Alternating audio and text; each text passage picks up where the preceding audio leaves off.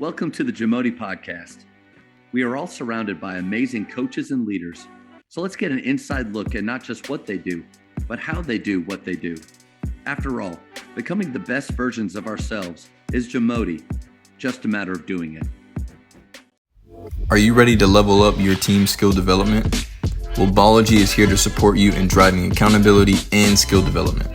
The Bology app is more than just tracking. It's a resource for enhancing skills, knowledge, and mindset across your program.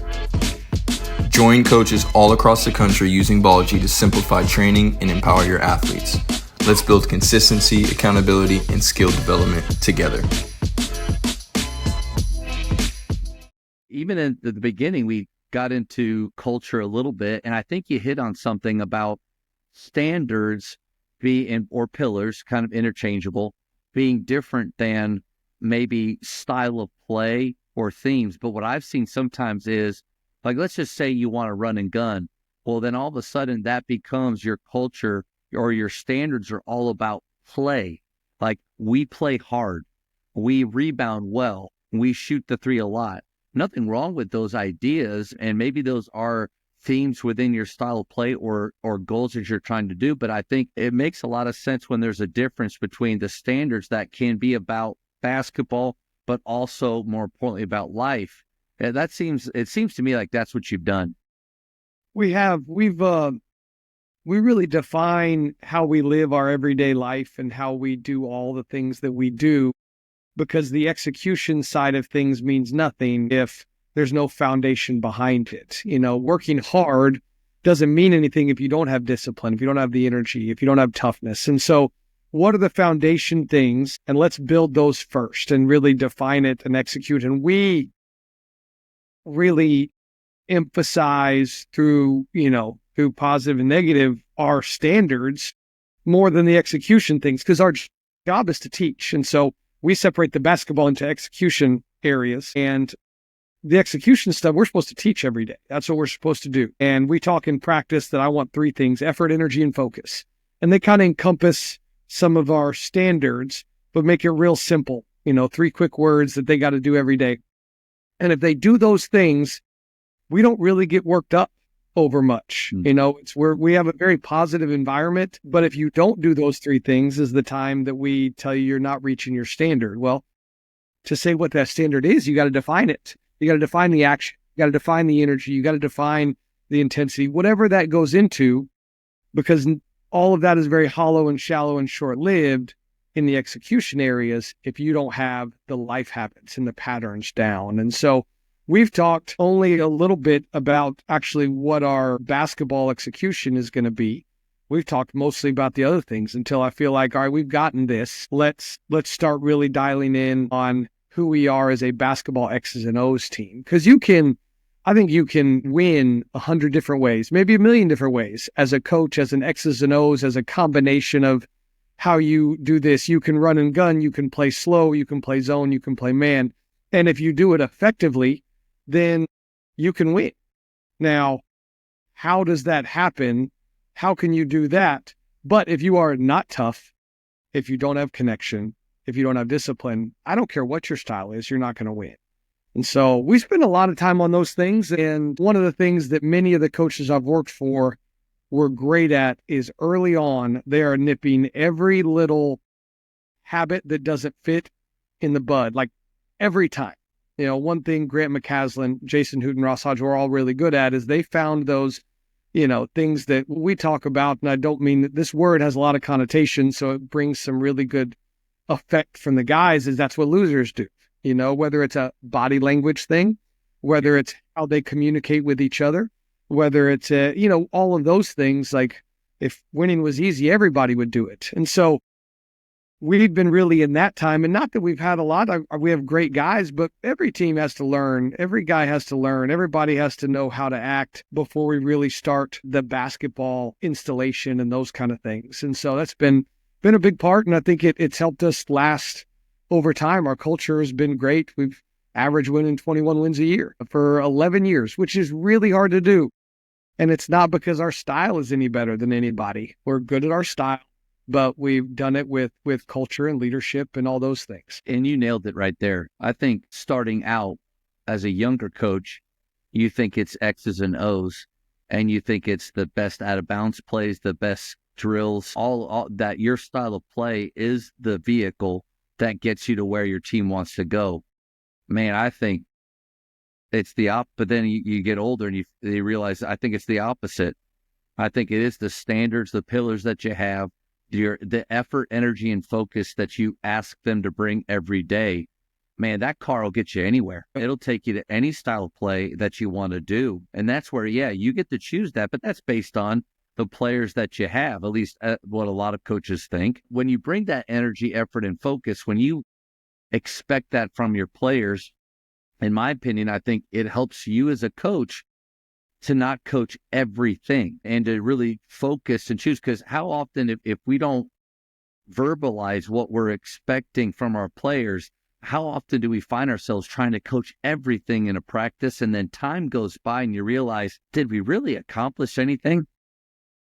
Yeah, that part's hard. And last year, I learned a lot. My learning curve, I don't know what your first year was like, but it was steep just because you don't know what you don't know. And trying to make it mine, I'd worked with Coach Hooten for 13 years, and he's a phenomenal coach, does a great job, helped me to become who I am as a person and a coach. And I had an important role with him that I got to fill. And I was very lucky because I got great experience. But man, moving over, I had to be able to put out a product that was similar in terms of the toughness, the culture, because that's what I wanted, because I knew it won. But I had to do it my way. I'm my own person in a good way and a bad way. And I had to learn through that early on. Man, I was so excited about the plays I was going to run. My ATOs were going to be the best they were. And after 2 games, I looked and I was like, well, our ATO percentage is terrible and it's my fault.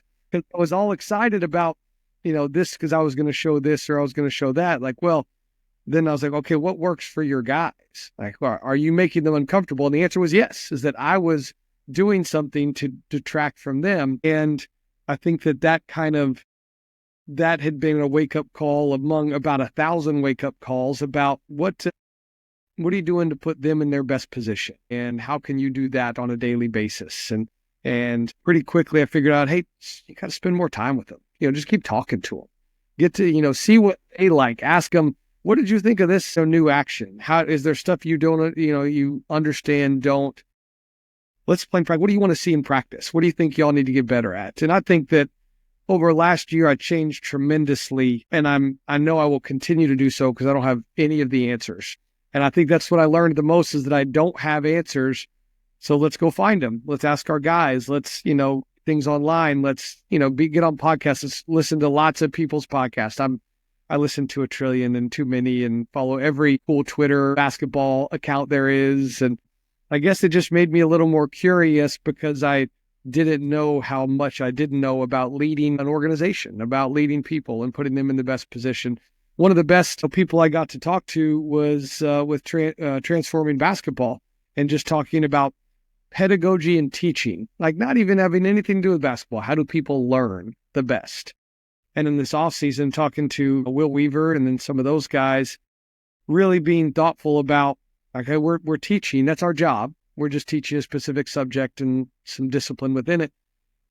All right, how do we teach them best? Why do we do what we do? And I think I know this question has taken me off on a really wide tangent, but I think that thing that I've been able to spend the most time on this summer is the first year it was, gosh, there's so much chaos. There's so much new. There's so much new coaches, new players. There's so much of me learning that I stuck to what I know because I knew it had been really good. And then as it went, it was tweaking it to, okay, how can I enact this the best? And then in this off season, it was like, all right, are we doing the best way of everything? Now I got time to really say, all right, why do we do it this way? What is the reasoning?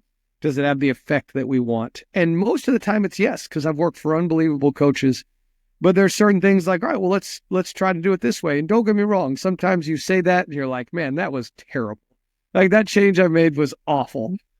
But you try things and someone's like, okay, I really like that. I liked how we organized that drill or how we changed up the parameters or something like that. And so, the journey of it is certainly ongoing, but just trying to do it from a foundation of like, all right, what do I teach well? how do I teach those things? And like you said, I can't coach everything. I can't see all the things.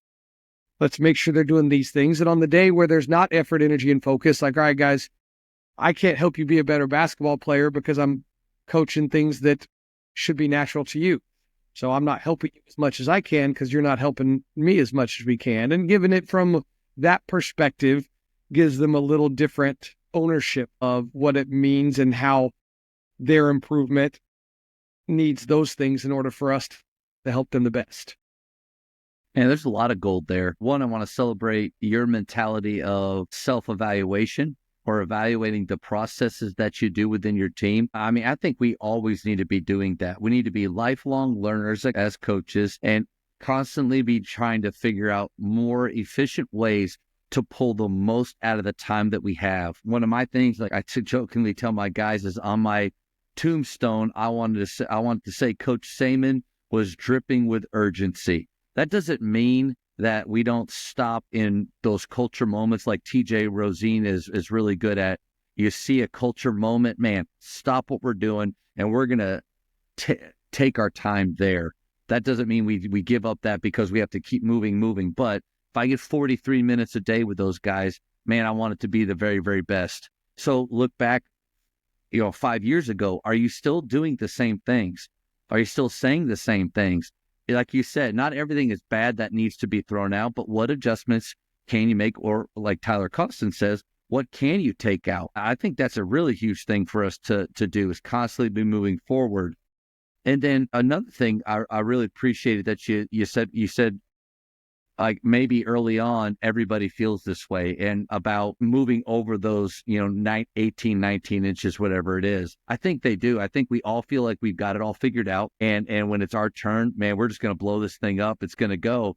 And then you realize, oh crap, like there's more to this. And my moment was at first year at Faith, after being with Wes Watson at McKinney, the great Wes Watson, for 5 years as his varsity assistant.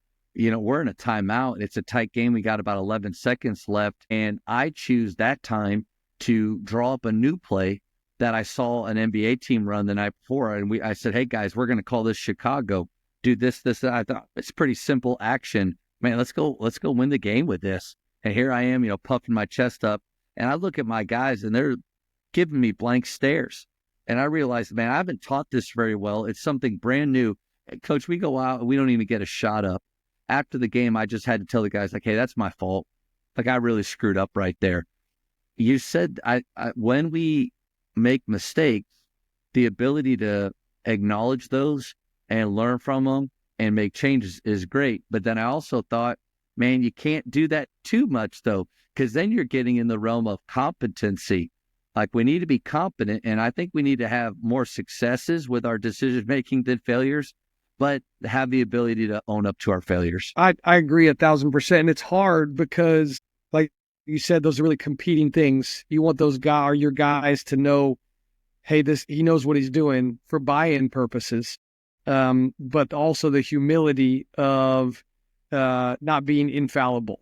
And it's a hard balance. So especially in year one, as I felt like I was trying to prove myself, which I still am, because I've proven nothing yet. I had 1 year of a pretty good year. And it is a hard balance, and it kind of drove me to simplicity, I guess. I was trying to be too complicated to show how good at whatever it was that I was, whether it's an ATO, whether it's a set, whatever it was. Like at the beginning, I would have wanted to run Dan Hurley UConn actions, and I quickly learned that's not good for me. I don't teach that well enough to make it simple for our guys. And so I think as we went on, our practices became more simple. They became more focused, like, hey, what are the things we want to be really good at, that we want to make really good decisions in, that we want to be able to have flexibility in if different things happen? Let's just practice those a lot. And, in sets, like, okay, let's do some things where we can teach the guys to understand it. Because early on, I was making our guys uncomfortable because of the stuff that I was doing. And in the self-evaluation, I remember there was one game like I was in the hotel and I was in a bad spot of self-evaluation. And there's also a balance. Like you can't get to yourself where you're like, oh, I'm a failure. Those things you feel negative.